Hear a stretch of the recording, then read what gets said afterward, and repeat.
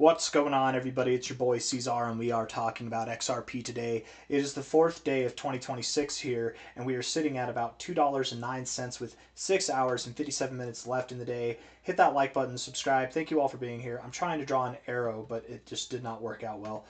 Thank you all for being here. Let's get into it. Okay, so we're up 3.7% on the day. The average altcoin's moving up today too. I think everything's having a little bit of a day, which is nice to see. We look at the crypto fear and greed index, or the average RSI, and we're in the overbought areas. We're not extremely overbought, but we are overbought. So, you know, this is the first time that we've been out of fear in months.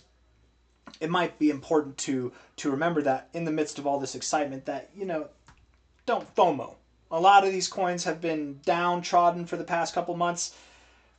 We're at the high points. We're at points of prior resistance, prior support. We might find some turbulence. There's no need to FOMO here. But with that being said, not financial advice, not a financial advisor, even with this pump, even with this move up, we're still in completely desirable times. Like if we're looking at this in the form of a block, right? We've basically been in this block. We are at the lower quadrants. We're like at the lower, whatever a half of a quadrant would be. Octagent. Not a quadrant, octadrant, or whatever. We're in the lower eighth. We're in a very, very low level of this overall range. Yes, you're up 12% this week, and yes, I don't think it's necessarily good to FOMO ever, but if you did here, I wouldn't really blame you. The only thought that I have is we're at $2.09 now. If you do FOMO, if you do buy here, and you're expecting that we're just going to continue out to rally, if we see any volatility, we pull back, don't panic sell. Right? If we drop down to $1.90, don't panic sell. Just sit, accept that you bought at $2.09, accept that it's red for a short time, but not for a long time, that we're going to be green. Right? This is ultimately, when we look back in history, this is going to be a phenomenally obvious point at which to get into XRP is below $2.10 here. I mean, this is fantastic. This is a very opportunistic moment. But again, I wouldn't be surprised if we saw some volatility along the way. I wouldn't be surprised in the least if we even went below $2. But you never know, man. When this thing gets moving, it does move pretty fast. I want to look at the 1 hour time frame, and then I want to zoom out from there. So we're looking at this here. You are building with volume. It's nice to see as you're continuing to move up here, you've got less volume. So yes, there's probably going to be some volatility. You probably do come down. Let's look at the 1 hour indicators. RSI looks super strong.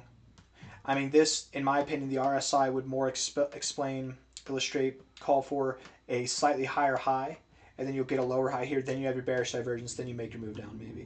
Stochastics have reset a little bit. Well, I don't know. You guys can probably hear that. It sounds like an airplane taking off, I would assume. They're louder when they take off than when they land, if I'm not mistaken.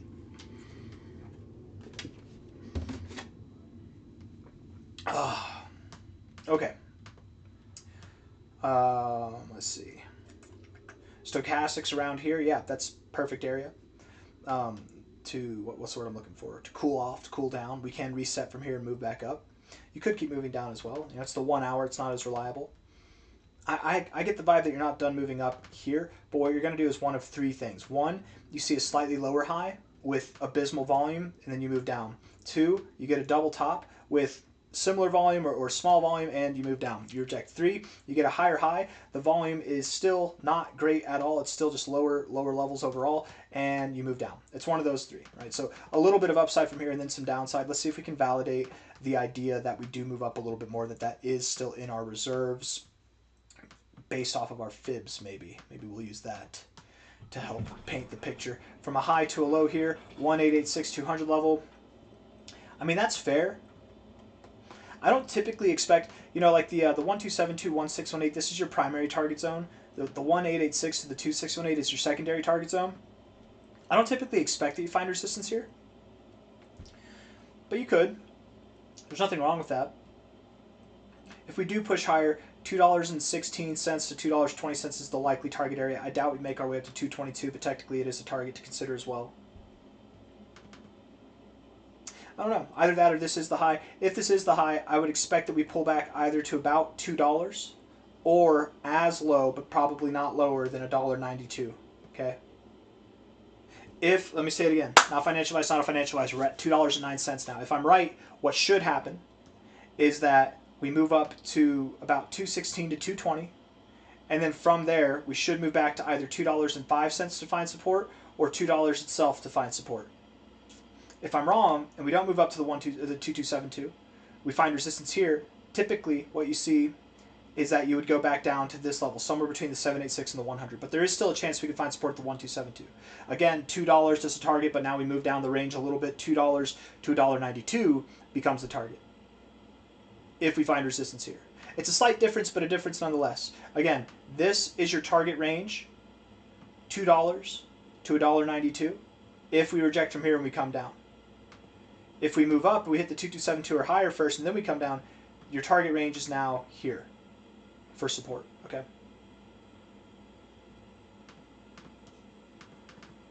Four-hour RSI has bearish divergence. You're moving up with less volume. Yeah, I mean, it kind of makes sense that we would go back down to around that $2 level. Bearish divergence on the MACD and a little bit of a double top in the stochastics, yeah. RSI is right at the overbought zone, perfect area to reject. We've rejected from this area plenty of times. MACD has higher highs in its histogram, the highest levels that we've seen in a long time, but you have a lower high here. Hidden bearish divergence, same thing on your stochastics. I mean, it's not crazy to assume that we could find turbulence right here, I suppose. We're right above the 382. I'd like to change my opinion. I know that I was saying we'd go up a little bit higher. That was largely predicated on what we saw in the 1 hour, but as I've zoomed out here, I'm starting to assume that that might have been the high, 212. Not the high, but like a relative high, right? Nothing too, like this was a relative high, and then we moved up higher, right? Like a very, very low on the totem pole of relativity, but still, nonetheless, I would expect from here we do move down to about $2. I would think probably about $2, if not all the way down to $1.95 at that 236 there. $1.92 is possible as well. You've already heard the expectations there. But going from, and in fact, doing this exact thing where you wick above your 382 and you close below it, you find support at your 236 and then you move up to your golden ratio. That's such a common thing that we do in the fibs. So I would assume that, you know, by the middle of this month we should be at 230 to 237. Maybe not by the end of maybe by the end of next week we're up here, maybe. But probably sometime the following week, sometime of the week of the 12th to the 18th, I would think that we're up here. I don't really have anything else that I want to say. Oh, shout out to Dean. If you're watching this video, shout out to Dean. It was really nice talking with you and meeting you yesterday, man. Dean is a large holder of XRP. And I think this is going to do very well for him and for anybody who's invested in XRP. The thought that I'm going through right now is that, of course, you know, the same thing that we've talked about at length for basically a year now, is that we are on top of this giant bullish pogo stick, right? We just moved all the way up here. We had the announcement of the United States Crypto Reserve, all that stuff, right? XRP is postured and poised in a way. I mean, people say XRP... The people that hate on XRP, they all say the same thing. They say that XRP is a scam or that it's got nothing going for it. What's the purpose of XRP? They all say that. They're literally saying they don't understand XRP. But it doesn't matter if you understand it or not. It's going to gain in value. It's going to grow in value.